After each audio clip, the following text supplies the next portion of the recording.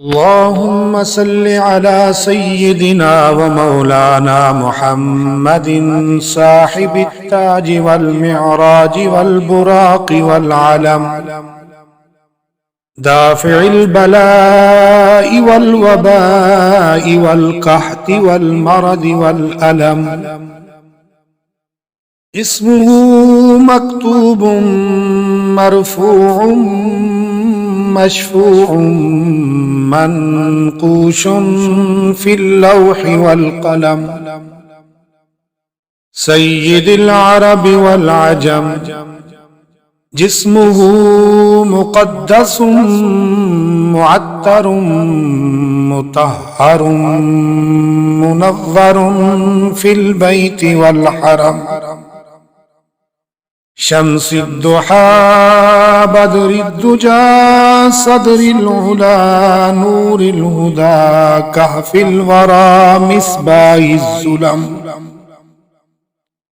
جميل الشيم شفيع الأمم صاحب الجود والكرم والله عاصمه وجبريل خادمه والبراق مركبه والمعراج سفر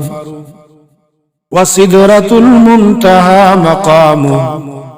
وقاب قوسين مطلوبه والمطلوب مقصوده والمقصود موجود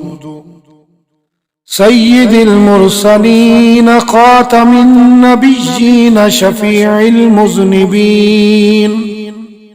أنيس الغريبين رحمة للعالمين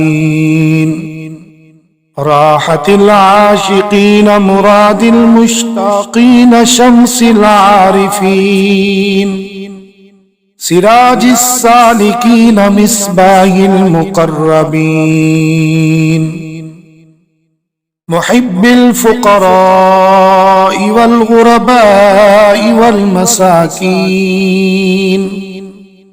سيد الثقلين نبي الحرمين إمام القبلتين وسيلتنا في الدارين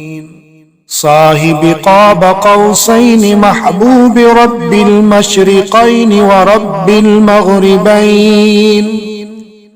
جد الحسن والحسين مولانا ومولى الثقلين أبي القاسم محمد بن عبد الله نور من نور الله